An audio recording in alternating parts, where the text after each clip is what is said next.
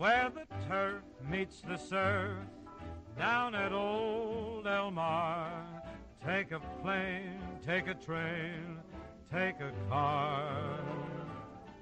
There's a smile on every face, and a winner in each race, where the turf meets the surf at Del Mar.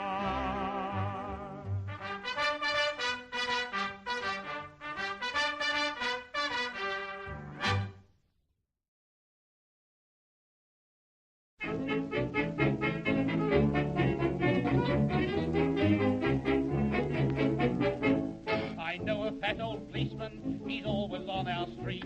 A fat and jolly red-faced man, he really is a treat. He's too kind for a policeman, he's never known to frown, and everybody says he is the happiest man in town.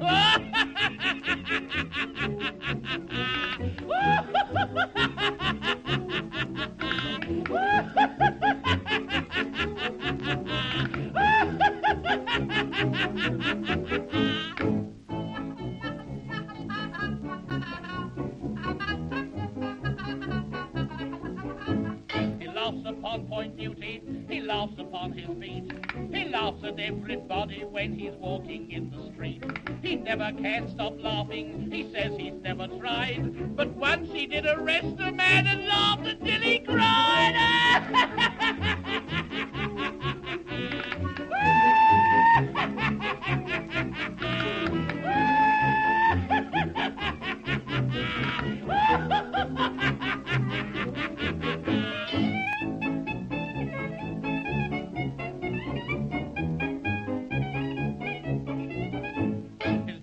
Face it wrinkled, and then he shut his eyes.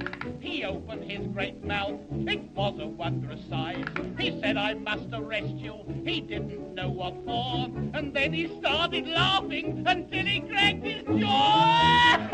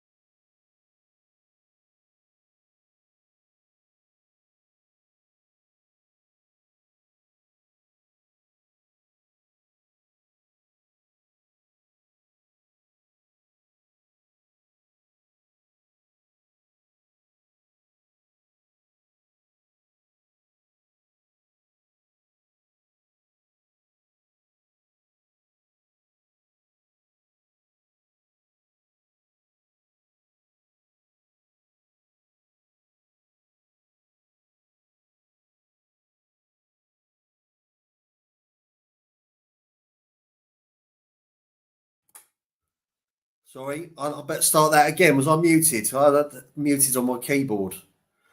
Adam, thank you. No problem. Have a good afternoon. Dave, good to see you. Thank you.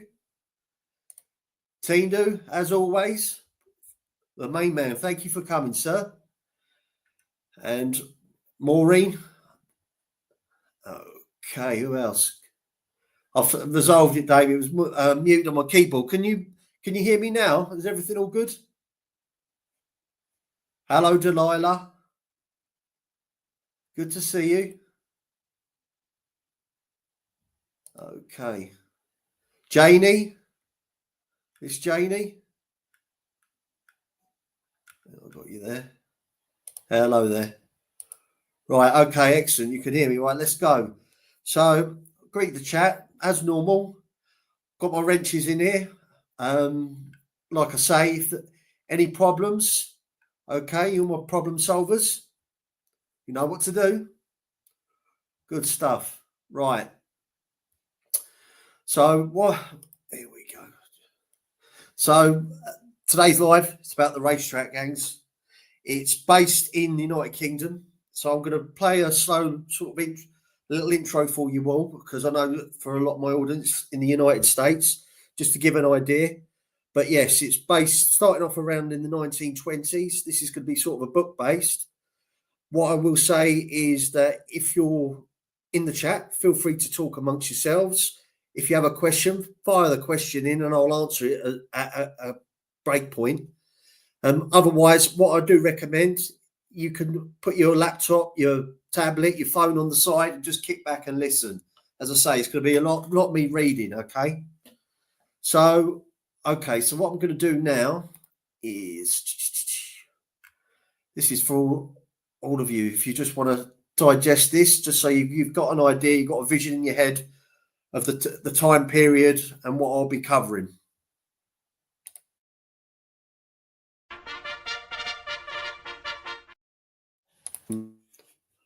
Welcome. This live is based on a book which is called The Racetrack Gangs. Starting from the early 1920s, we will journey through the underworld, which had a lot of criminal activity based around the United Kingdom's racetracks. I would like to take this time to introduce some of the main characters, and we'll be highlighting some more characters as the story unfolds. First off, we have the City of London. Now, Charles Sabini, the leader of the Sabinis, as leader of the Sabinis, he was also known as the king of the racecourses gangs and the godfather of Little Italy. He dominated the London underworld and racecourses throughout the south of England for much of the early 20th century. Although his Italian Clerkenwell-based organisation included his brothers Joseph Sabini and Harry Boy Sabini, the core of its income from racecourse protection rackets operated against bookmakers. It was also involved in a range of criminal activities, including extortion, theft, as well as operating several nightclubs. It had an estimated 100 members and is said to have included imported Sicilian gunmen and was notorious for razor attacks. They also had the Cortese brothers. They were four siblings of Italian descent who became notorious crime figures in London during the first decades of the 20th century. The brothers were Augustus Gus Cortese, Enrico Frenchi Cortese, and Paolo Paul Cortese, and George Cortese. As the Cortese brothers reached adulthood, they became involved in the protection racketeering of gamblers and bookmakers. They were close to criminals in the English-Italian Sabini family. However, the two families became rivals because the Cortese brothers believed that they were being denied a fair share of the proceeds from bookmaking and West End gambling clubs. The Hoxton Gang was an independent street gang based in Soho, London during the interwar years.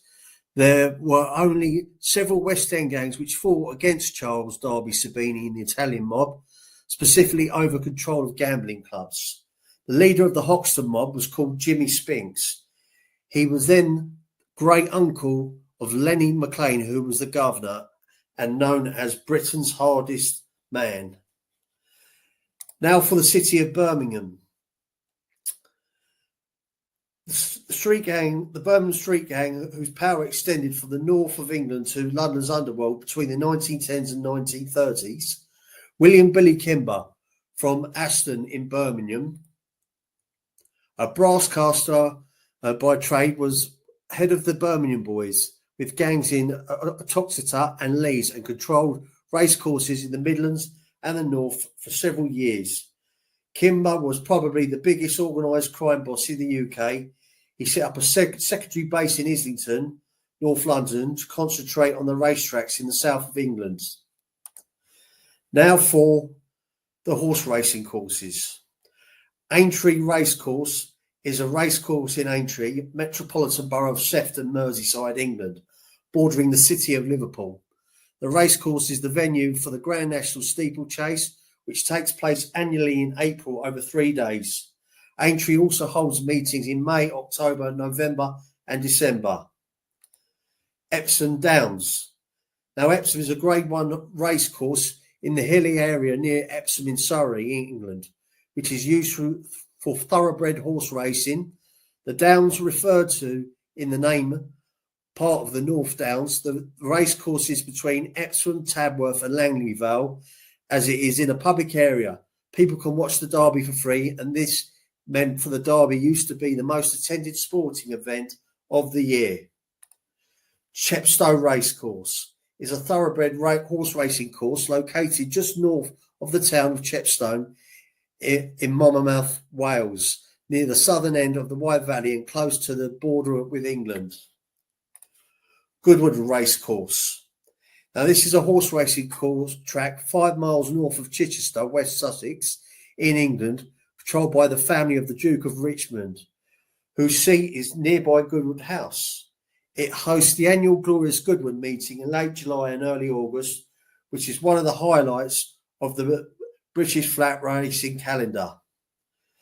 Thank you for viewing, and I hope you all enjoy the show.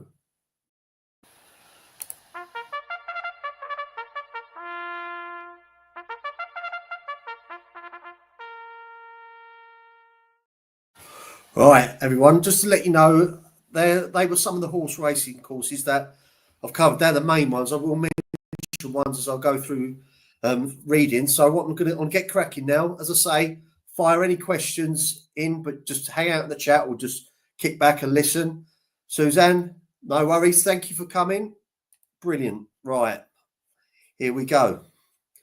So horse racing, the sport of kings, has for centuries found favour with the British public.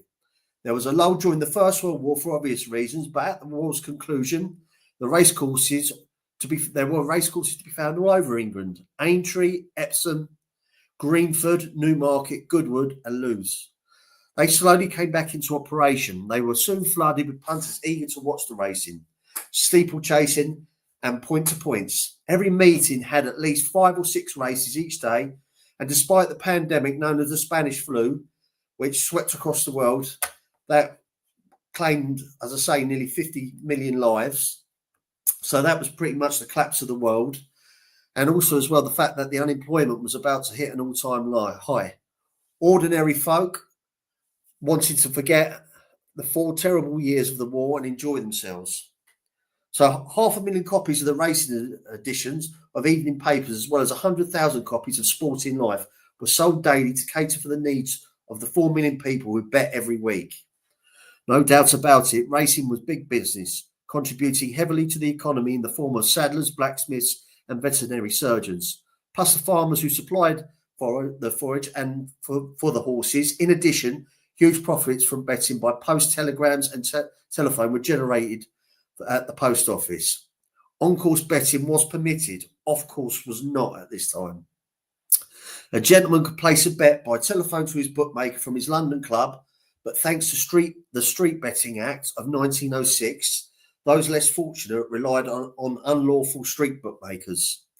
A case in question involved a girl who, for some reason unknown, was referred to as Nellie with the cast iron belly, and was a classmate of my wife's, according to the author. So late in returning from lunch, her teacher forcibly demanded the reasons for her tardiness. "I had to put on a bet for me dad," Miss explained, Nellie adding earnestly, "If I hadn't the horse had won, I'd bleeding killed me." Hopefully Nellie survived to live a full and unabashed life, but the police and street bookmakers was a farce. Local inspectors of divisions would appoint the police constables in plain clothes to carry out observations and make arrests. Unfortunately, to officers who possessed a streak of venality, this was a golden opportunity to work alongside the bookies, who would put up a series of mugs, men with no previous convictions, to be arrested.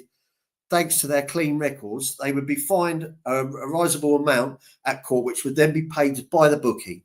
The arresting officer would also receive a bursary for his trouble. It was a way of keeping up for the figures for the local inspector and providing not very compelling evidence that he and his men were doing a great job of keeping the streets clean of North Wales, who were not doing any harm in any event, and indeed some good by preventing the likes of Nellie from getting a pasting. Now, it was not until 1960 that legislation in the form of Betting and Gaming Act altered this state of affairs. At the Epsom Derby, attendance might run to 500,000, At Doncaster and Aintree, rather less crowds, roughly to about 200 to 300,000. Now, to add the crowd's enjoyment at Epsom, ice cream, fish and chips were on sale, as well as entertainment provided by roundabouts, swings and fortune tellers. Gypsies who traditionally attended races provided the latter amusement, as well as offering for a fee to find parking places for vehicles. Some found the gypsies' presence annoying, although generally they were well behaved. In 1920, rail strikes caused some meetings to be abandoned, and the following year the coal strike brought out the railway transport workers in sympathy, which resulted in the government banning horse racing. But this was a blip, and before long, business was booming once again. In some rural areas, punters arrived on horseback, but the vast majority travelled to the races by train. Now, day specials and cheap day excursions were laid on by the railway companies, and in 1930, Aintree saw 43 special trains arrive on Grand National Day. By 1935, this had increased to 60, and often included in these racetrack specials were 2 or 3 horse boxes per carriage. Okay, good stuff. Hello, Vince. Good to see you. Now, in addition to the trains, racegoers arrived in cars, charabancs, buses and coaches. It was not unusual for 200 buses to apply for parking permits at Epsom Darby. Racecourses would charge anything from two pence to £1 for these facilities. Later, the mode of transport progressed to private aeroplanes chartered to fly racegoers to Aintree and Chepstow at Goodwood. A special landing strip was constructed.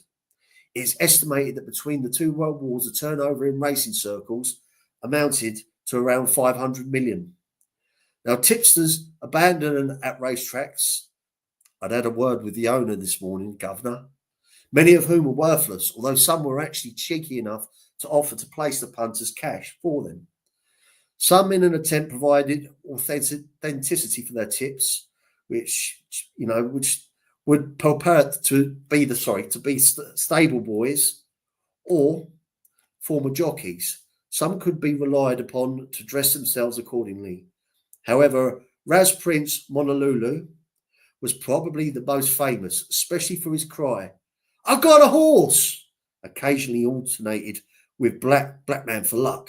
He commenced his business as a tipster in 1903, but when he picked Spion Cop out of 19 runners at the 1920 Derby at long odds of 100 to 6, which netted him an enormous sum of £8,000, people began to take him much more seriously.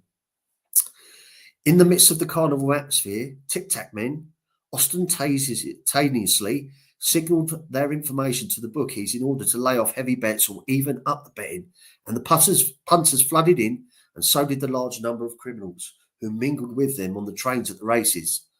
One group of 4 travelled to a race meeting by train without obtaining tickets. Upon arrival of the gang posed as ticket collector, and after he had acquired 4 tickets, mingled with the crowds, joined his companions and distributed the tickets. They all successfully passed through the barrier. Even easier was the practice of con men at the racetracks, who pointed to a small tent, shouted, "Here you are, public convenience. Those who wish to divest themselves of their bodily waste hurried, handed over the penny demanded for entry to the tent, only to discover that the facility therein amounted to no more than a noisome hole in the ground from a criminal point of view. These cheeky antics were very small beer indeed. Smooth talking, card sharps and 3-card tricksters on board the racing specials fleeced gullible punters who erroneously saw the fraudsters, machinicians as the easy way of earning a few quid. At the tracks there was the game of Find the P under the 3 thimbles. Although the mugs seldom did, rather more impossible was the spinning jenny, a spring underneath the board. When pressed, ensured that the pointer stopped at the spot where no money, or failing that, the least amount had been placed. Other tricks to divest the mugs of their money were pricking the garter and box and ball, which were all as crooked as their operators. Additionally, criminality was starting to emerge within the racetracks themselves. Crooked gatemen would allow gangs in for free, and dodgy ring officials were involved in the corrupt selling of bookmaker pitches. More seriously were the gangs of pickpockets from all over the world who infested the racetracks, the railway stations, and the racecourse car parks. The Hoxton mob and the Titanics were two of the best known from London, and they enjoyed rich pickings. Often, when the fraudsters saw a mug extract a couple of pounds from a bulging wallet, they would tip off the pickpockets, which were referred to either as the dippers or the whiz mob, to the presence of the potential target for a dividend of the profits, of course. The dippers usually worked in groups of 4 or 5, although some of such as the Titanics preferred the streaming approach and would rush into the crowd, pinching whatever they could. But the most serious of them all were the race gangs, teams of criminals who intimidated bookmakers and took over the best pitches or demanded protection money from them. To allow bookies to continue their trade, and gangs rented them stalls and made them purchase chalk for their chalkboards, even though the bookmakers already possessed these commodities. Now, to wipe the chalk up odds on the blackboards between races cost the bookmakers £0.50 a time, which was chucked in their water buckets. The gang also sold the bookies the required race cards containing a printed list of the runners, which would cost £1 farthing to manufacture and £0.50 to buy, and demanded a bogus subscription list collections or non-returnable loans of between £5 to £10. In these and other ways, the gangs could clear £4,000 at Brighton and £15,000 on Derby Day. There were various ways of dealing with defaulters. A bookmaker might be beaten up at the end of the meeting, or a fight would be engineered close to his pitch over a claim of non-existent bet, so that no regular punters could get near enough to the place of bet. Nor would they wish to intervene when a bookmaker refused to pay protection, and cry went up, "A dirty Welsher!" whereupon he would be mercilessly attacked by the gang.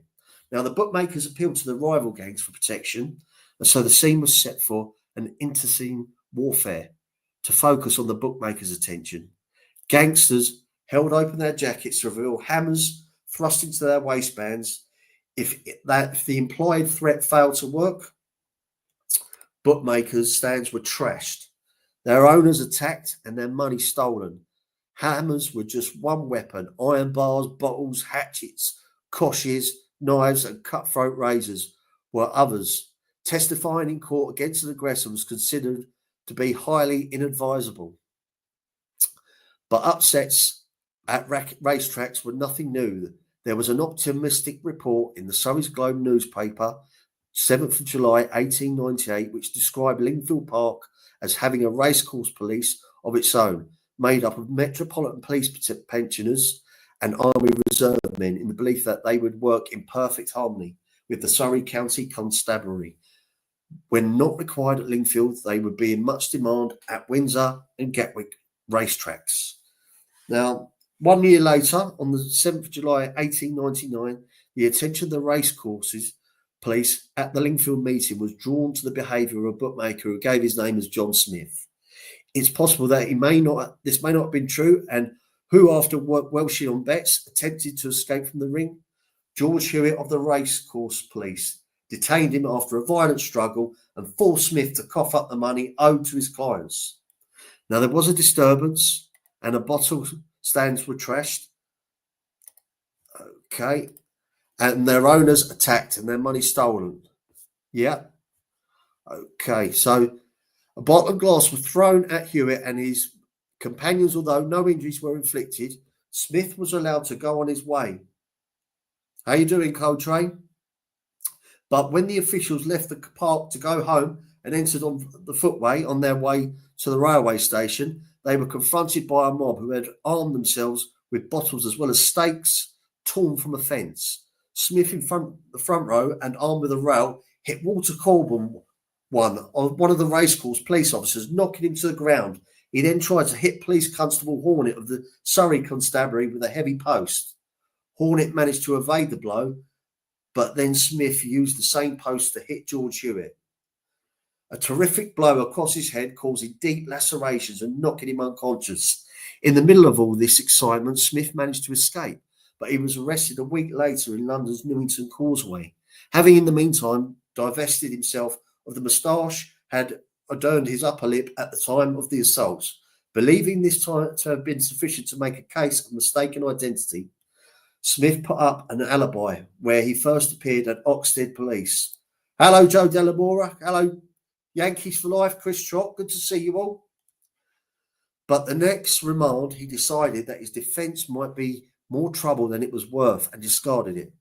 Charged with assaulting and obstructing police, inflicting grievous bodily harm and damaging offence to the tune of £2, Smith, or whatever his name was committed to the November Assize. Some 18 months before the First World War temporarily shut down Gatwick Racecourse, Police Constabulary Cadman of Racecourse Police had a surprise when he discovered George Bray trespassing inside a horse loose box, followed by a nasty shot when Bray charged him at wielding a stable fork, the prongs of which pierced PC Cadman's tunic, the outer case of his watch and his spectacle case.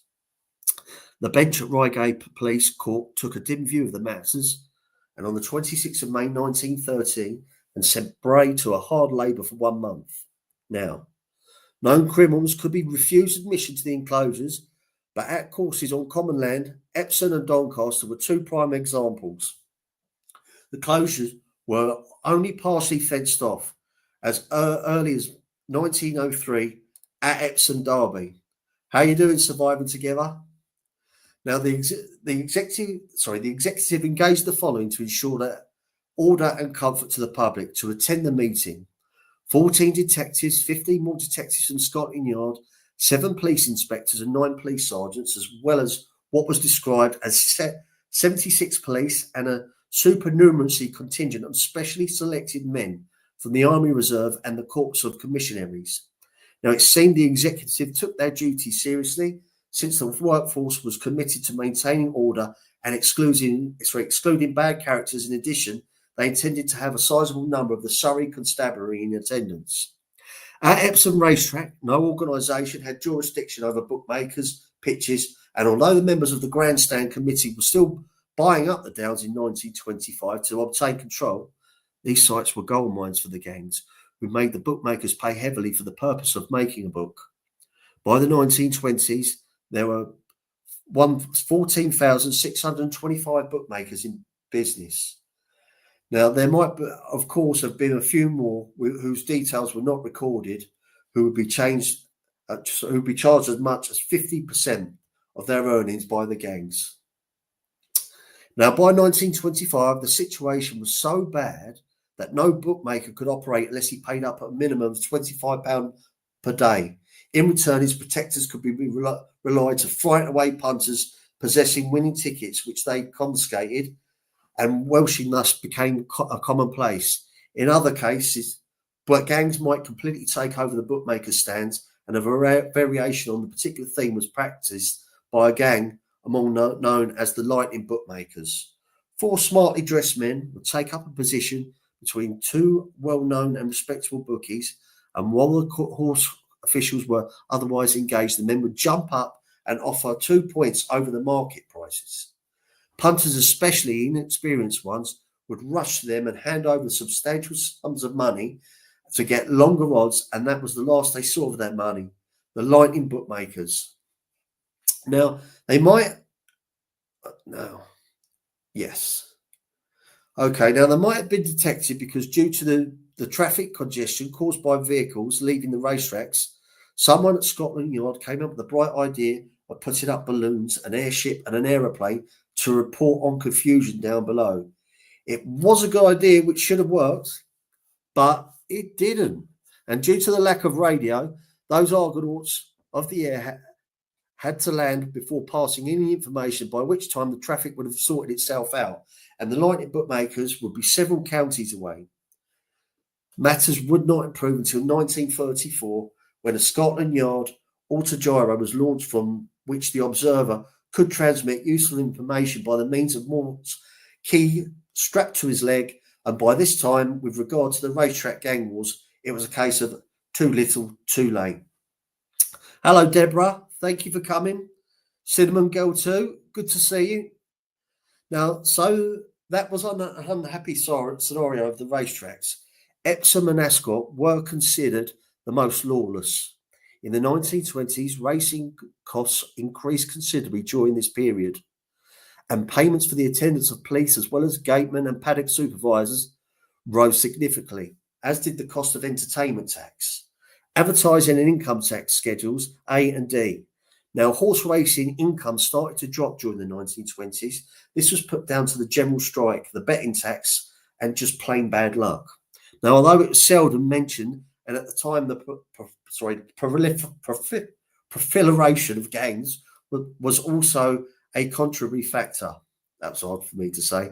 Now, the criminals who infested the racetracks were collective, referred to as pests, somehow were far more pestilential than others, and it was sometimes to take a look at what was behind this organised banditry. Okay, so I'm just going to quickly start there. So I hope you've got any questions. As I say, please feel free to fire them in.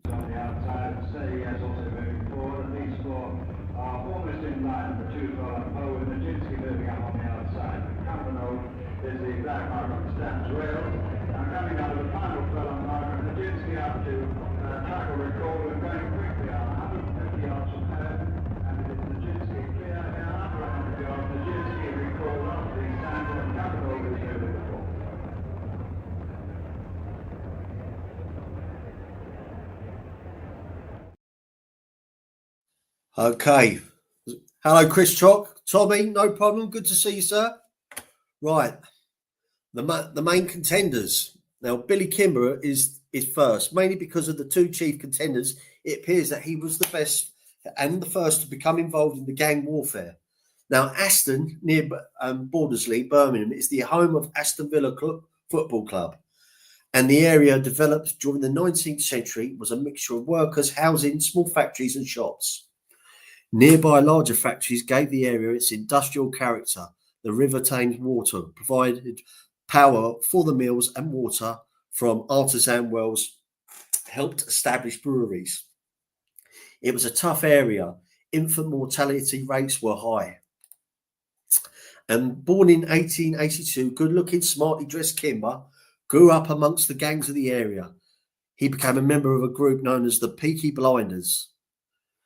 Now, so-called because of their unattractive habit of inserting razor blades in the peaks of their caps, which were used with often devastating effect. It was said to swipe their adversaries across the face. This led Kimber to a period of imprisonment in 1901 for assault, and following his release shortly afterwards in August to 2 months hard labour for assaulting 2 police officers. He was living a life of general lawlessness, pickpockets, fighting and indulging in rowdyism. And in 1906, he was one of the 4 youths fined 1 guinea for evading his fare on a London to Birmingham train. He had already met up with George Brummy Sage, who was 5 years his senior, who introduced him to the niceties of racetrack gangsterism. Although Sage hailed from Stoke Newington, London, due to his friendship with Kimber, he became an honorary Midlander, hence the sobriquet Brummy. Wishing to expand his business and take complete control of the racetracks in the south of England, Kimber formed an alliance with Charles Wag MacDonald. The latter was the head of the Elephant and Castle gang. Elephant and Castle is in South London. Now, the Elephant and Castle gang, who were at daggers drawn with the West End gang, headed by the Irish-born brothers Mac and Mike McCausland. They in turn teamed up with Alf White and his King's Cross boys.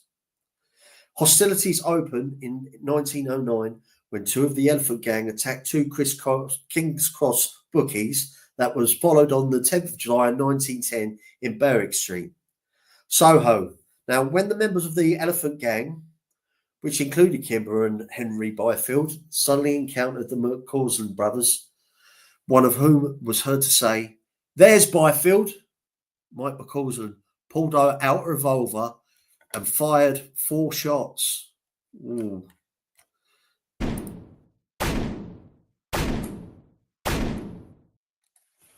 And he fired them at Byfield's leg, which missed, and Kimber made himself scarce. Unlike Byfield, who should have done, ensuring the melee, Byfield returned fire with a revolver of his own, and then hit with an iron bar wielded by Matt, who in turn was cost by Byfield. Mike fired another inaccurate shot at Byfield, who stabbed him in the hand with a dagger, then inflicted several more incisions in Mike's neck. Police Constable Robbins, lustily blowing his whistle, made the crowd disperse and brought an end to the fracas. So I'm just going to quickly stop there. Okay. Oh, Joe, we're gathering storms. Yes, Joe, red right hand. Okay, no worries, Deborah. Good, thank you. Okay, now at the Old Bailey on the 8th of September, Matthew, who perhaps surprisingly was a good character, received 12 months hard labour, and Mike, who had been previously convicted of assault, was sentenced to 18 months hard labour. Byfield, who had a string of convictions, mainly for violence, received 5 years penal servitude, with Mr. Justice Hamilton remarking that he was quite an intelligent, primitive ruffian, but adding it must be perfectly manifest that anything in the nature of leniency in dealing with the faction riots and affrays of this sort would be a public mistake. Billy may or may not even have been William Kimber, who was sentenced to 7 days in prison for begging in Coventry in 1910, but he was certainly the William Kimber who appeared at Lambeth Court in 1914, together with 3 others charged with being drunk and disorderly and assaulting the police following their return from Toaster races. Now, having pleaded guilty, they were most fortunate to be collectively fined a total of £8. Now, by now, the Peaky Blinders had all died out, so Kimber was looking for fresh horizons to fuel his dishonest lifestyle. Returning to his native Birmingham, Kimber formed alliances with the gangs in Leeds and Toxteth and established himself as the head of the Birmingham Boys. Although not all members of the gang were from that part of England, some were part of the Elephant Gang, others from different gangs in Cardiff and Hoxton, and some were simply thugs who attached themselves to the gang, and they thought most likely to become top dogs. Allegiance was not quite a strong suit amongst their members. Some quit to join a different group, taking them to much more useful information regardless of their former associates, strengths and weaknesses. Others became police informants.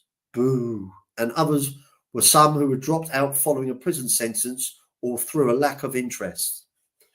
No worries, Chris. But once more, Kimber's greedy eyes swiveled to a lucrative racetracks of the south. Alf White, sensing trouble, decided to make a fresh alliance of his own. He found it 117 miles southeast at Bordesley at Clerkenwell, North London, and just 1 mile away from his own headquarters. Now, in Dickinson times, Clerkenwell had a terrible reputation for dishonesty and squalor. Inhabited as it was by thieves and the poorest of the poor, the area was contained within the boundaries of Clerkenwell Road, Farringdon Road, and Rosebery Avenue, which is Saffron Hill. Now, a through road south of Clerkenwell Road was a narrow, muddy, filthy little wonder Dickens chose, that thoroughfare as being the lair of his arch villain Fagin. But conditions had improved, and in the late 19th century, the area became home to many Italian immigrants from the south of that country. Those from the north appeared to favour Soho, and 2,000 of them meddled in with the local Clerkenwell population of 12,000 to inhabit 1,105 homes there. Now, the majority of the immigrants were hard workers and brought with their skills, food and language. Understandably, the area became known as Little Italy. And the focus of this attention, erected in 1845, was St. Peter's Church. The name Sabini became known even before the better known members of the family were regarded as terrors of the racetrack. The father, the person who would be known as Darby Sabini, whose real name was Ottavio Sabini. He may have been born in Italy in 1856 and sometime prior to 1880 he arrived in England. He also called himself Octavio Joseph or Charles Sabini, providing different names on each of his children's birth certificates. He could be said to have been a stranger to the truth. Now, in December 1883, an Italian named Antonio Barzo appeared at Clerkenwell Police Court, charged with attacking Octavio in a public house, hitting him with the leg of an iron bedstead and knocking out some of his teeth. Now, the constable who was called to the pub stated that some 50 Italians, all of whom had too much to drink, were fighting in the bar, armed with a variety of weapons, including knives and pokers. Prior to that, it appeared that Giulio Ostacchini was attacked outside the pub by Sabini and another man named Leonardo. All three were ice cream sellers. And while Sabini hit the victim with a piece of hose with an iron ring on the end of it, Leonardo stabbed him 3 times in the back with a large knife. None of these weapons used were found. It would be a forestate of things to come with the Sabinis. Now, the following year, there was no trouble when Sabini had a confrontation with Tommaso Casella, who was charged with wounding Sabini with intent to murder him outside a restaurant in Erie Street Hill. Now, on the 19th of November 1894, at the Old Bailey, the jury took a more lenient view of the matters and found Signor Casella guilty of the lesser charge of unlawful wounding, for which he was sentenced to 8 months hard labour. Now, 6 years later, Sabini appeared in yet another bloody interlude, this time with an onlooker, Marziali Valli, stabbed a fellow Italian, one Ugo Milandi, and Sabini assisted Police Constable 218 Walter Selby in taking the victim to the Royal Free Hospital, where he expired. Sabini was a witness in the case held at the Old Bailey, where on September the 8th, 1890, Valli was convicted of manslaughter and sentenced to 10 years penal servitude. A witness to the attack on Sabini in 1883 was a young woman named Eliza Hanley, who described him as being her young man. The one thing that could be sure regarding Darby Sabini's parentage is that Eliza, or perhaps Elizabeth Eliza Hanley, was his mother's name, and that she was an illiterate Englishwoman. Darby was born on the 11th of July 1888 at 4 Little Bar Street, Saffron Hill, Clerkenwell. His father was probably Ottavio Sabini, who by then had relinquished the selling of ice cream as a profession and now was a carman. But it was difficult to be sure, since at the time of Darby's birth, Miss Hanley was unmarried. Nevertheless, Darby was christened Ottavio Hanley. Although he was also known as Octavius, Charles and Fred Sabini, as well as Fred and Frank Hanley, Miss Hanley and Ottavio Sabini rectified their previous oversight. It was likely that the older Ottavio was serving a sentence for wounding which delayed their nuptials, and eventually married 18 months after her second son's birth. Young Octavio, known as Darby Sabini, which is how he will be referred to throughout his narrative. He was preceded by Fred, born in 1881, and succeeded by Mary in 1890, then Joseph in 1893 and George in 1895, and then finally, and Harry Boy in 1900, the baby of the bunch. Now living at Mount Pleasant, Darby attended the Drury Lane Industrial School, opened in 1895.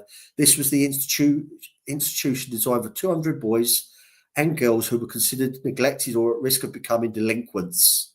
Or where have I heard that word before? It provided all meals for the children and employed such revolutionary ideas as foregoing corporal punishment for the girls, the boys, and of course continued to be caned or birched wherever the necessity arose. There, Darby stayed until the age of 11, when he moved to Laystall Street Elementary School in Holborn. He left at the age of 13, which coincided with the death of Ottavio Sr., and therefore became one of the family's breadwinners. Now, Eliza, the matriarch of the family, was employed in the coal businesses, and as were her daughter, and with the exception of Fred, her other 4 sons. Nor was that at all. Now, on the 9th of July 1911, Eliza's coal and woodshed in Bowling Green Lane in Clerkenwell was raided by preventive officers from the Inland Revenue, who discovered crates of beer for sale. A number of people were summoned to appear at Clerkenwell Court, and on the 2nd of October 1911, but in the event, only Eliza, Fred, and George Sabini turned up before the magistrate. Now, it was highly likely that Fred, who appeared in the dock, was in fact Darby, who denied any involvement with the illicit sale of beer, and whose case was dismissed after Eliza and George took the blame. Eliza was fined and then the enormous sum of £60, and George was fined £10. As previously mentioned, name swapping was something Darby specialised in. When he was bound over or not to visit the gaming houses at Marylebone Police Court on the 7th of May 1920, he used the name Frederick Hanley. It was said that Darby boxed professionally as a middleweight. Now, but if he did, it was under an alias, and his bouts might well have been held at a fairground booth. It was also said he boxed under the name of Charles Sullivan. But the only record of such a boxer is of one who was far younger than Darby. Darby would later claim that he boxed under the name of Fred Hanley, and a record exists of the fighter using the name who lived in Clerkenwell and who between 1905 and 1912 fought 31 bouts as a flyweight, winning 14 of them. It might have been Darby, but who knows? Now, for someone who used so many aces, he did. It's difficult to say, though. But whatever his pugilistic record, he certainly possessed a hard punch, and he was employed by boxing promoter Dan Sullivan as a bouncer at Hoxton Bars. No more than 5'8" tall, Darby possessed a formidable physique, being broad-shouldered with a barrel chest, but for someone who was become known as a top gangster, he had none of Billy Kimber's sartorial elegance. Darby's habitual clothing was a flat cap, a collarless shirt, and a rather grubby waistcoat, and a dark suit. Around his neck, he wore a knotted muffler or scarf with both ends tucked into his jacket. Neckties were seldom worn by the working class, except on special occasions. No matter how much money he accrued, at the height of his career, he was said to have a yearly income of £20,000 to £30,000. His dress sense never varied, and he resembled a rather unsuccessful mafioso, which he may or may not have been half Italian. He spoke English, sprinkled with Italian vowels from his possible half-native habitat. Now, in 1913, under the name of Ottavio, he married Annie Emma Porter, who was 4 years his junior, and they later had 3 children. And now, it's told as part of the Darby Sabini legend that he became to notice in the Saffron area of Clerkenwell, where in the Griffin public house he knocked out a tough named Tommy Bennyworth, also known as Monkey or the Trimmer, who had insulted an Italian barmaid. Now, it might be true potential gang leaders need a modicum of Robin Hood spirit to boost their charisma and to elevate them to above common or garden thuggery. Now, Darby plus some of his brothers drifted into the racetrack scene at the behest of Eddie Emanuel, a tough, heavily built Jewish bookmaker, who in 1909 had not only survived being shot in the chest at point blank range, but had chased after his attacker. No slouch at fisticuffs himself, Emanuel needed help against the hostile attentions of Billy Kimber. He enlisted the aid of Alf Solomon. Now, Alf was a great deal more. Now, as I say, will be heard about his consummate villain throughout this story. Now, Solomon summoned the help of Sabini's brothers, and it therefore suited Alf White, who was head of the King's Cross Boys, to throw his lot in with Darby as well. Now, this was now a formidable partnership, especially since Solomon had been at odds with Jack Dodger Mullins and his Bethnal Green mob. Now, this is the general picture, slightly confusing throughout it may be, of the dramatist persona of the racetrack gangs set to enter the scene following the end of the First World War.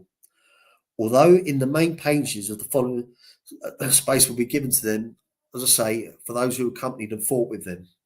I will touch on, as I say, in the next episodes, this will be done in parts, and I'll put some more of these characters in just so you can get an idea and envisage of what we're talking about. So it puts you there in that mind space. Now, but since the cessation of the hostilities of the war to end all wars and the resumption of hostilities on the racetracks, it's only fair to ask, what were the police doing all about this? Well, not a great deal. At that time, police conditions were pretty bad, and with a force pay of around about 18,000, the Metropolitan Police were chronically 4,000 men under strength. Their wages had been so poor that many of them and their families were suffering from malnutrition. Hard times back then. Now, in August 1919, the police went on strike for the fourth time in less than half a century, and 1,056 constables were immediately dismissed. Even more worrying for the politicians was that crime went through the roof with armed hold-ups, masked burglars, and smash and grabs. The racetrack gangs were just part of the mayhem. Now, evidence of this appeared on the 14th of September 1919, when 24-year-old Thomas Wilson, a commission agent, a Russian named Barnett Dutchan, and also 24, and Simon de Vries, a 32-year-old Dutchman, who had been among a party of some 15 others returning from Alexandra Park races. They were arrested for being suspected persons at King's Cross Railway Station. Now, they had been spotted by two Scotland Yard officers, Detective Sergeant David Goodwill and Detective Wilkins, who had accompanied them on the train. But with their superior numbers of the gang associates, the arrests were not going to be easy. The crowd, identified as Racetrack Gang from Sheffield, turned on the detectives, who were kicked and punched and struck with walking sticks and umbrellas. "Who was the shooter?" shouted Wilson as he punched Wilkins in the face. "Let 'em have one." When Wilkins punched him back, there were cries of "Shoot 'em, boys!" from the mob. Wilkins was knocked down to the platform, where again he was struck with sticks. But as he tried to get to his feet, there was a shout of "Throw him over!" And then he was pushed violently on the track, pulling with him Wilson, whose head came into a smart contact with the rail. Wilson was undeniably dazed, but still full of fight. "Give him another one," he shouted to the crowd. "That'll just about do him." As the train approached, railwaymen jumped down on the track with considerable courage and pulled both men to safety. With modest understatement, the railway official described the confrontation as a brutal affair. Wilkins, who was bleeding freely from the cuts to his head, was conveyed to the Royal Free Hospital, where he was detained for several days. Assistants had arrived and 3 more men were detained, also on the charge of being suspected persons. At the prisoner's first appearance at Clerkenwell Court, Wilkins was still detained in hospital, but on the 22nd of September, he was able to give evidence before the magistrates. Mr. Brose, as did Sergeant Goodwillie, Wilson stated in his defence that he was a tic-tac man to a bookmaker and was unaware that Wilkins was a police officer. "I might have struck him, but only after he hit me, he told the court. Now, he denied that he had called upon the crowd to shoot or strike Willis. De Vries said he approached the crowd to see what was going on and suddenly realised that out of the market tickets valued at £50 that he had in his possession, £42 were missing. So he rushed into the crowd to find a man who had robbed him. He denied hitting anybody. Unfortunately for him, when the Dutchman gave evidence, he has said that he saw De Vries hit Detective Wilkins with his umbrella. "It upset me inside," Dutchan told the court, and he believed that Wilkins was absolutely dead when he saw Wilson punching Wilkins. He lashed out at Wilson with his umbrella, but unfortunately it hit Wilkins instead. He was punched by Sergeant Goodwoody, and believing that the officer to be a member of the gang, he ran away. This was quite an imaginative defence. But even after telling the court, I was so upset at seeing this murder, I have not slept since. He was found guilty, and he and DeFries went hard labour for 2 months, with Wilson receiving 6 months. Even though Detective Wilkins had survived being thrown onto the rail track, this type of behaviour was thought to be extremely demoralising for the police. Something had to be done to rectify this state of affairs. Within precisely 1 month of the appearance at the Clerkenwell Court, something was the Penal Servitude Act, which was 1857, which replaced the Transportation Act, and its sole purpose was not to try to reform but to punish the prisoner. It covered the terms of imprisonment for 3 years of life, and for the first 9 months of their sentence, prisoners were kept in solitary confinement and then employed on public works for private contractors and often in quarries. Leg irons were often used on the prisoners, hence the penal servitude was often known as lagging, a corruption of leghorns. Penal servitude was abolished in 1948. So I'm just going to quickly check the chat. Oh, thank you, Suzanne. I'm just trying to keep you engaged. Just chilling, my man. Good to see you. Okay. Good stuff. Good stuff. Right. Okay.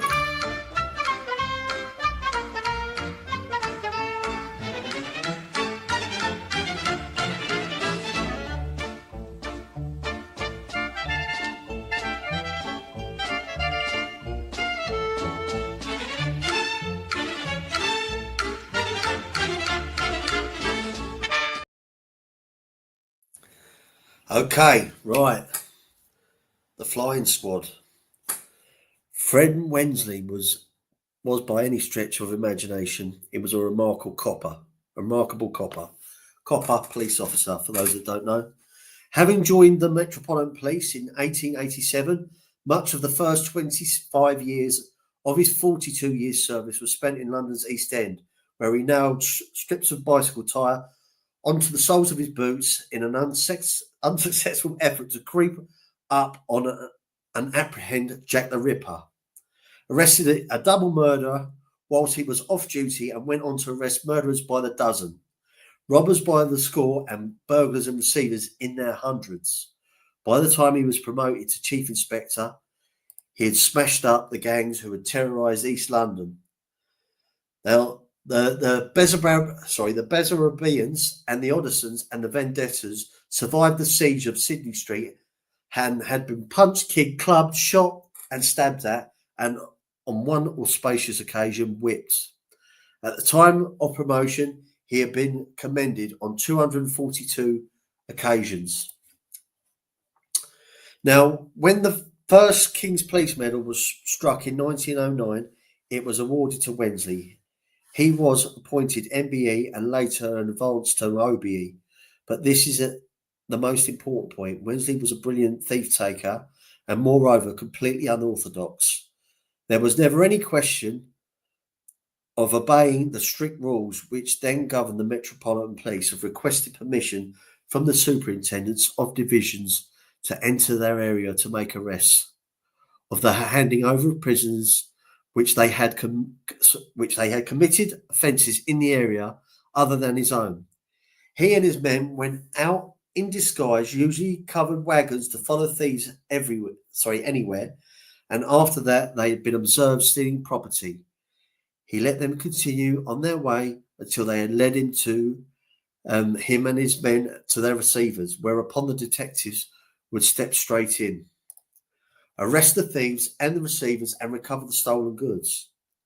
So when he was asked by the Assistant Commissioner in 1916 whether it would be possible to form a group of detectives who are more fluid to be relieved of the restrictions which govern them, to go where and when they were needed, Wensley agreed that it could, simply because of what they had been doing for years. But there was a war on.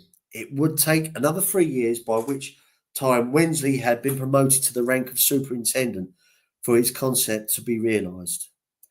Now, on the 20th of October 1919, the Metropolitan Police District was split into 4 areas with a detective superintendent in charge of each.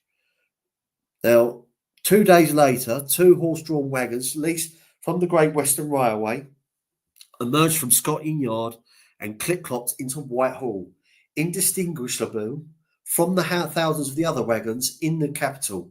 However, under their canvas hoods were a dozen detectives from all over London, handpicked by Wensley Percy for their abilities as thief takers and informant runners. Now, as well as their courage, as they peered through the spy holes cut in the canvas on the lookout for villainy, these 12 detectives would soon swap the horse-drawn wagons for Crossley tenders perched from the Royal Flying Corps. Number plates were regularly changed and posters advertising products concerns of all railway exclusions were pasted on the side of the vehicles. They could receive Morse transmission, but not at that stage. They could transmit their responses. Messages had to be telephoned from the public call boxes or police stations to central at the yard, where there would be no police boxes to telephone. Not until about 1929 they were introduced, and 1934, no information room to receive the messages. Now, the police, often used by men, were so small that if 4 officers entered in any one time, it would be more distinctly crowded. But from this inauspicious beginnings arose what would be known as the Flying Squad. 10 years had passed since Billy Kimber's spirited flight from the homicidal McCausland brothers in Soho, but death caught up with him once more on the evening of 5th December 1919, when he and his wife were drinking in the King Alfred pub in Lissom Grove. It is not possible to confirm Kimber's marital status. He and his wife Maud, whom he married in 1902, had long since divorced. When he remarried in 1926, he described himself as a widower. So perhaps the lady in question that night in Lissom Grove was the one who called herself Anna Kimber. Kimber's co-defendant at the time of their conviction at Lambeth Police Court, when evidence was given that after verbally and physically attacking one of the police officers, she screamed, "I'll blow your fucking brains out when I get out. I know you again." If there was so, Mrs. Kimber, now aged 48, who, if she did not become the late Mrs. Kimber, thereby justifying her husband's claim, even 7 years later, to be a widow, would otherwise be referred to as his common law wife. Now, she complained that a certain Ernest Westaway Showbrook, a local furniture dealer, also had been drinking in the bar, had grossly insulted her. The nature of the insult was never made quite clear to the public, but it was to Kimber, and it was sufficient for him to invite Showbrook outside. Showbrook told him, "I apologise if I said such a thing to your wife, but I doubt whether I have." This apology seemed to satisfy Kimber, and the 2 men shook hands and parted. But shortly afterwards, Showbrook returned, having heard that Kimber had spoken of his apology to others, and he struck Kimber.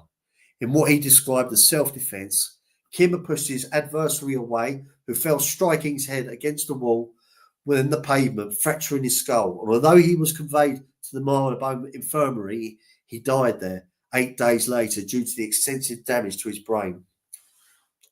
An inquest had returned a verdict of excusable homicide, but the police thought this too good of an opportunity to miss, and Kimber appeared in the Marylebone Police Court on the 23rd of December, charged with Showbrook's manslaughter, with a view to committing him for trial. Mr. C.V. Hill for the defence asked Detective Sergeant Pinnock if, given the jury's verdict, they intended to proceed with the charge, but the magistrate, Sir Charteris Bertrand, stated, "Oh yes, we are not in any way affected by the coroner's jury. However, having heard the facts of the case, Sir Charles was obliged to say, I do not think that the jury would convict on these facts." And Kimber once more was a free man. But when the Jewish bookmakers refused to pay up One of them, Murray Levy, was attacked by Kimber and his brother, Joe, at Sandals Park military meeting on the 12th of March 1921.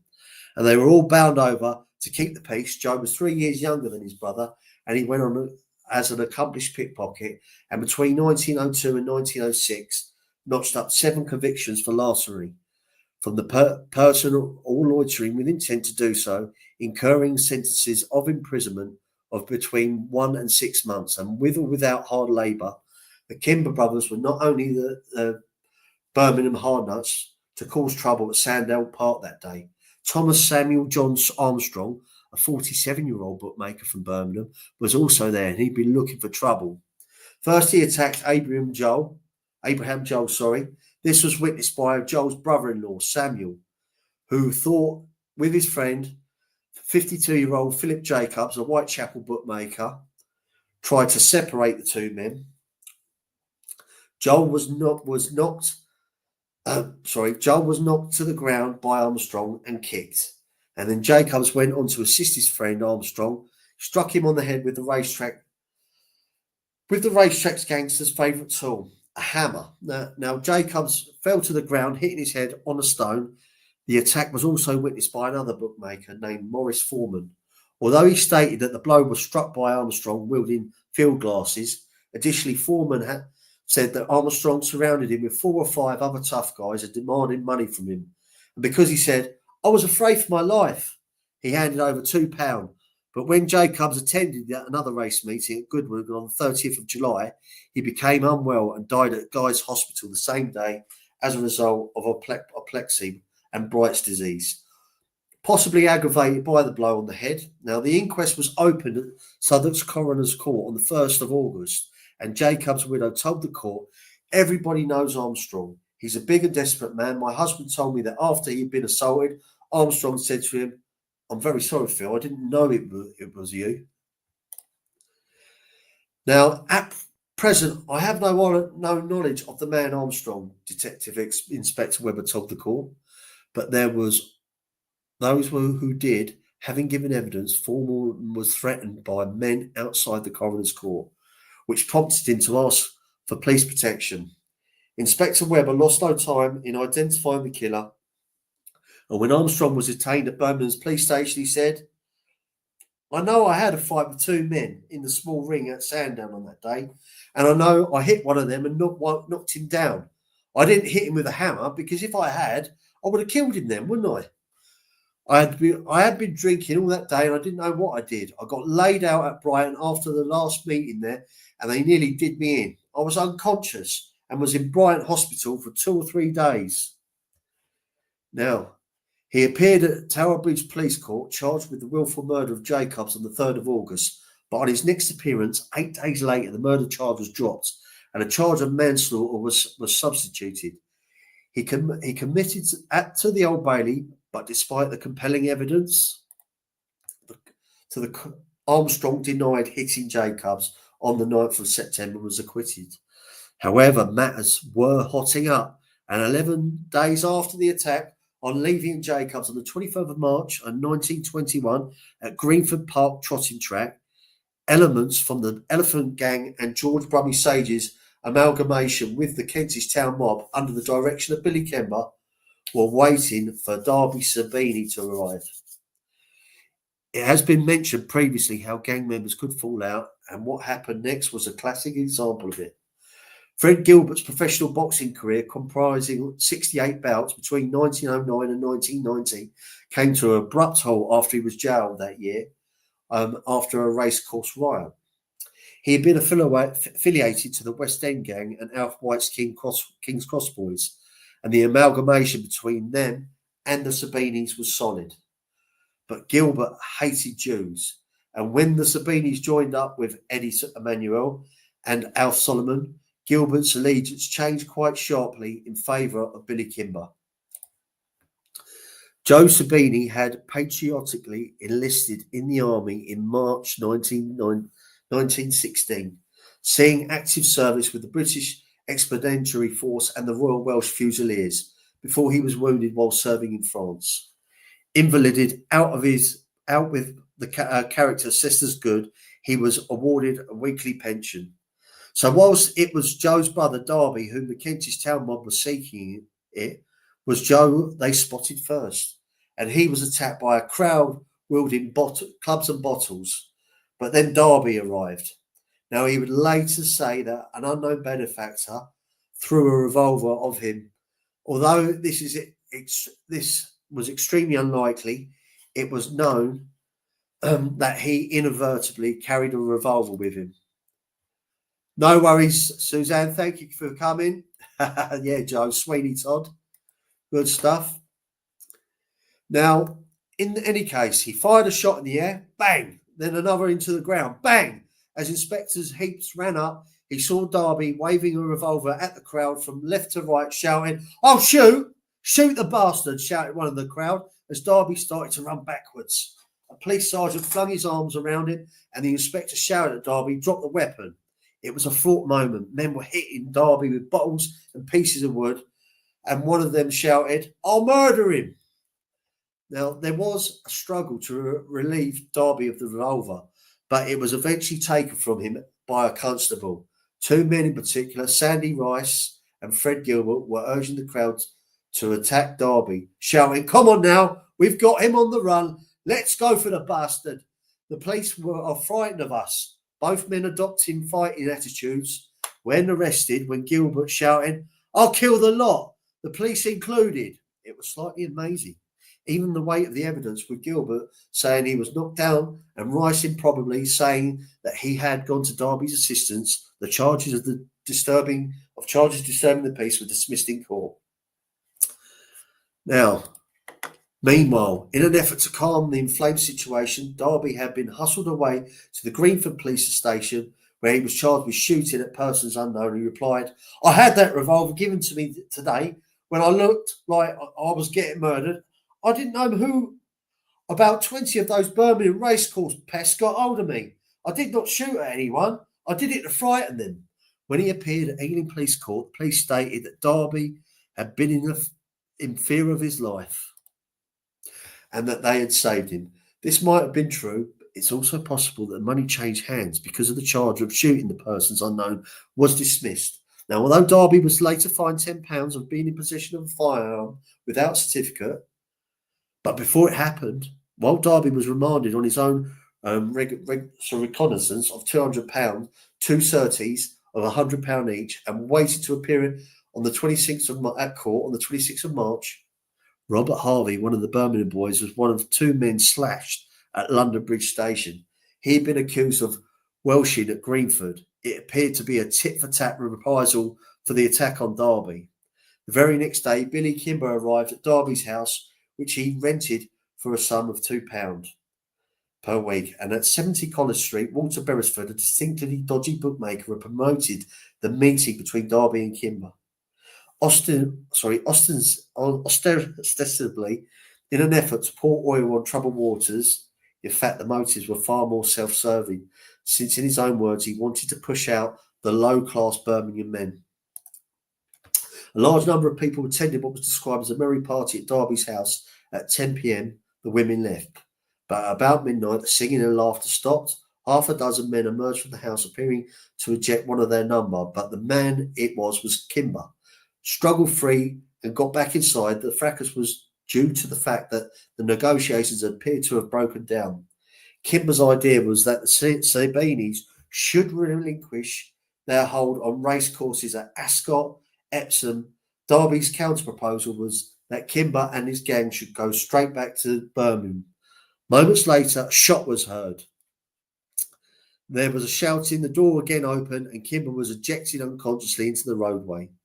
The police arrived and Kimber was conveyed at the Royal Free Hospital, where he was detained, suffering from a gunshot wound to his side and injuries to his head. He later allegedly said, "I never come a copper or anyone. I ain't starting now." Although it seems unlikely that this type of phraseology would have been used by a Brummie.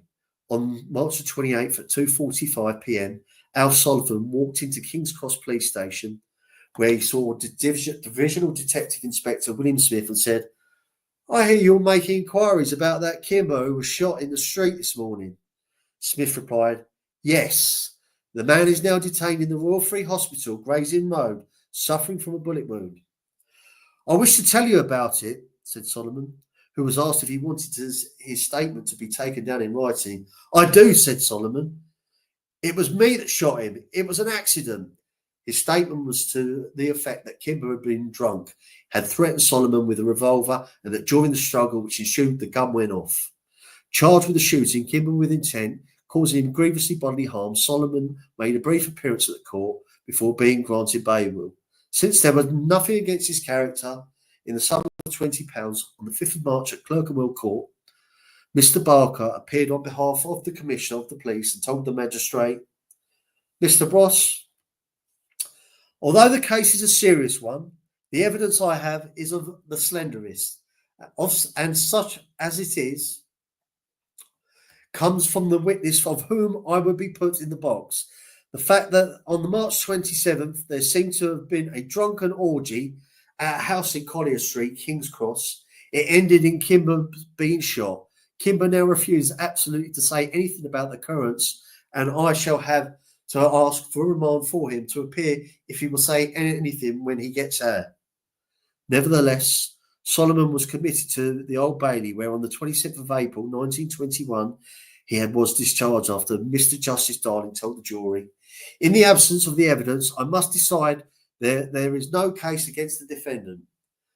There are different versions of what happened. One was that Solomon used his own gun to shoot Kimber, and another was that Darby, who had fired the shot with his own gun. But as it may, between Kimber being shot and Solomon being acquitted, violence was still being perpetrated, this time at Alexandra Park. Now, on the 2nd of April, police were fully aware that there was going to be a massive confrontation at the racetrack between gangs, and the area was flooded with officers, both uniform and plain clothes. But despite that, in a full view of the police, fight broke out in the Silver Ring. Now, Joseph Best from the Bethnal Green was shot in the head. Thomas Joyce from Lambeth suffered severe lacerations when he was hit on the head with a hammer, and a notice was inserted in a number frame requesting the attendance of a doctor in the weighing room.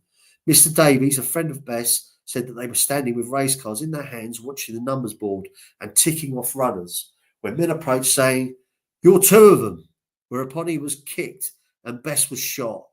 Other shots were fired, but the police found the large crowd made their movements difficult. Former Detective Chief Inspector Tom Divell, who was employed by the racing authorities with the assistance of the one-time professional boxer Dutch-born Moss Deal, cleared out first of the Sabini faction, then the Birmingham boys from the racecourse. Antonio Martin from Birmingham was arrested and charged with the shooting of Best, with intent to murder him after police constable Hunter saw Martin shoot Best as he lay on the ground, then throw the revolver away. However, Martin was bailed from Wood Green Police Court after Detective Inspector Gibbons stated that the revolver which had been found had not recently been fired since the barrel was rusty. Although there was a possibility that money changed hands and retrieved the gun, which might not have been the same one which had been in Martin's possession, it seemed to back up his assertion that I've never had a revolver in my possession in my life, but gave evidence at the court saying that he and Davis had been in the Silver Ring and that after they were approached by the mob of men, he walked away, then ran. They came after him, and after being pushed and knocked about, I found myself on the ground bleeding.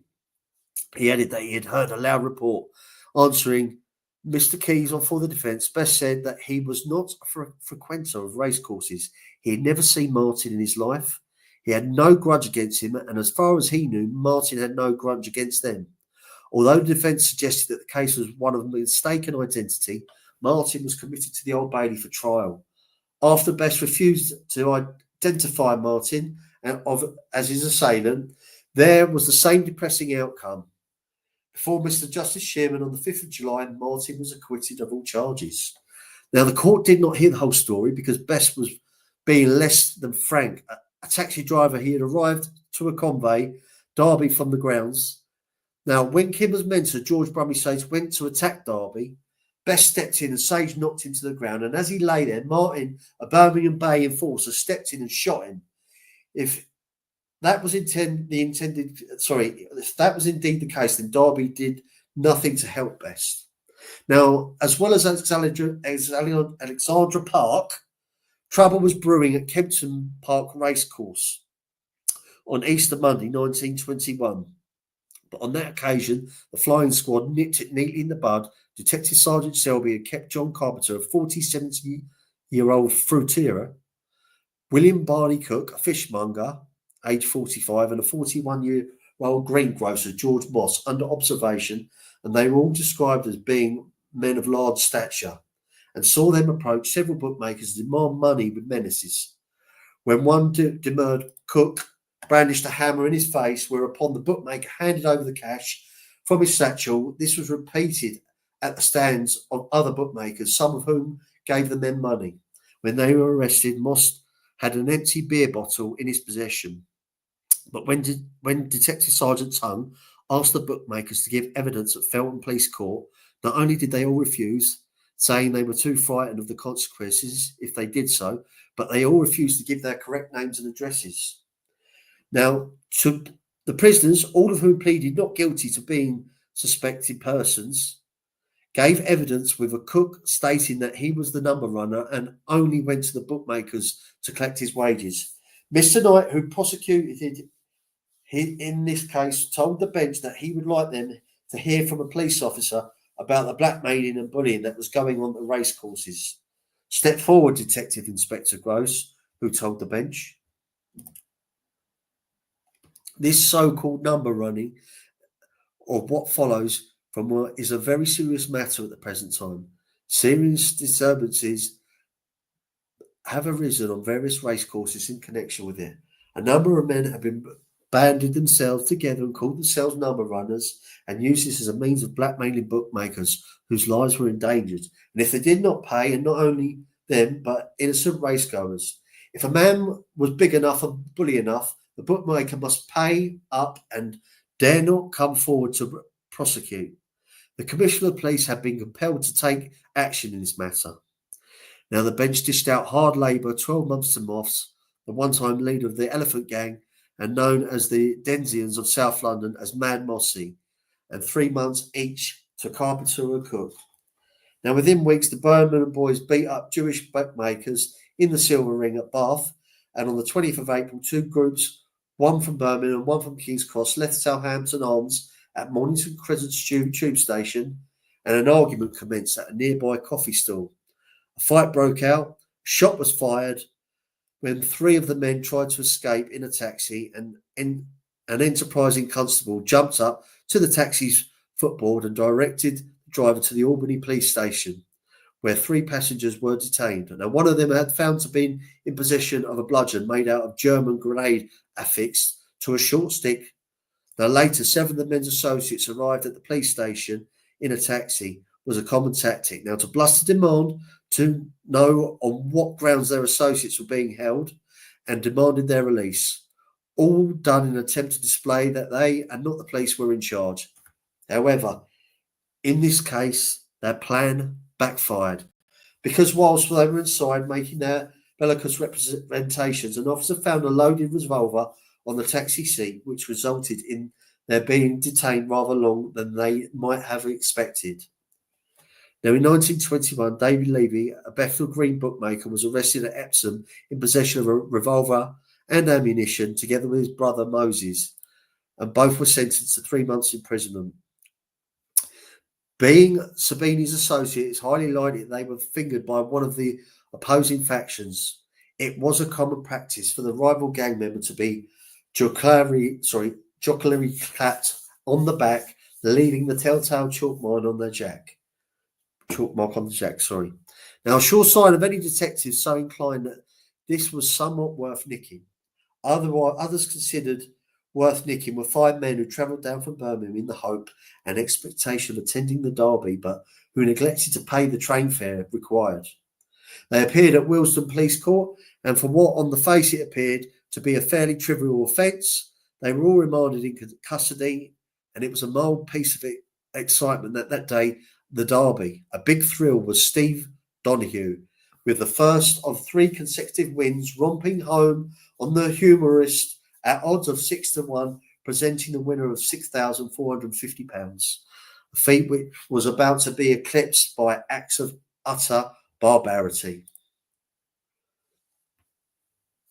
Now, Moss was extremely fortunate. Being subject to a Prevention of the Crime Act in 1908 meant that being a person over the age of 16 who had been convicted of crime on 3 occasions was leading a dishonest life. He was classed as habitual criminal, and having been sentenced to penal servitude, he could be sentenced to a further period of preventive detention not exceeding 10 years and not less than 5 years for the potential public.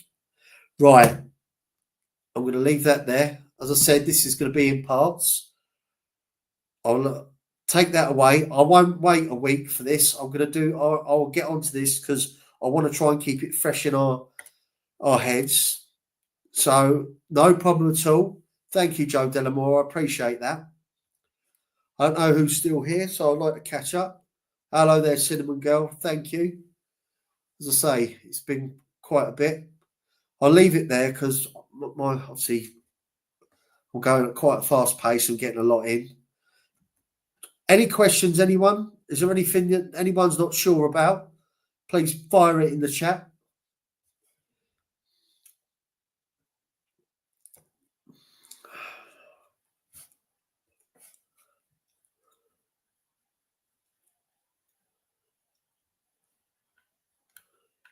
Okay, anyone?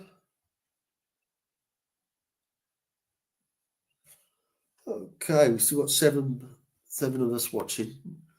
Right, I'm going to park it there, everyone. Those of you watching, whoever you are out there, thank you. I appreciate you. I appreciate, as always, everyone in the chat. As I say, I'm reading for a book. This is a different style of my life. This is more of ears and just fire any questions, that you want me to cover. I can also pick it up, and if I need to go away, I can bring it in the next live. As I say, the part 2 of this will be done sooner. I know I've been having a 7-day gap in between, but because this is part of something bigger, I want us to obviously keep it fresh in our heads. No problem, Delilah. I appreciate it. As I say, I'm glad that we've still got people here watching.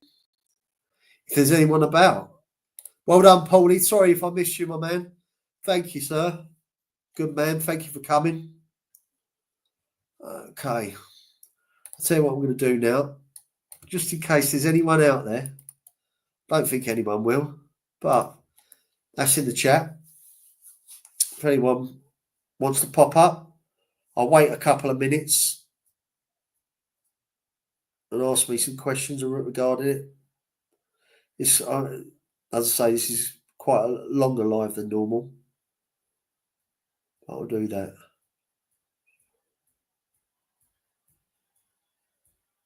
Okay. Right.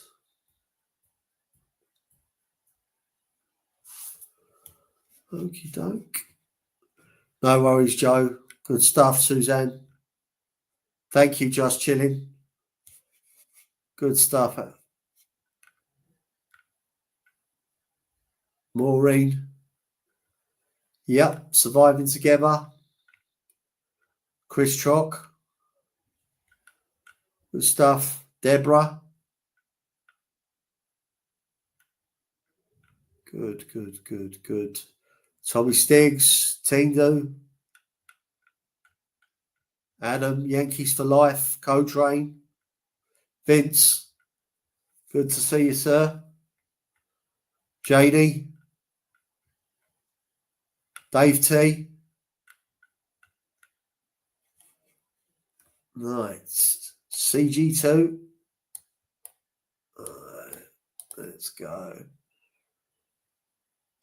Good stuff. Right. I've left it there now. Thank you all for viewing. As I say, I'll put the notification out on my page for part 2. Good stuff. Right. Guys in the States, have a wonderful evening. People in the UK, it's probably too late now. But yeah, Enjoy your evening. Catch the replay in the morning. Good stuff. Thank you.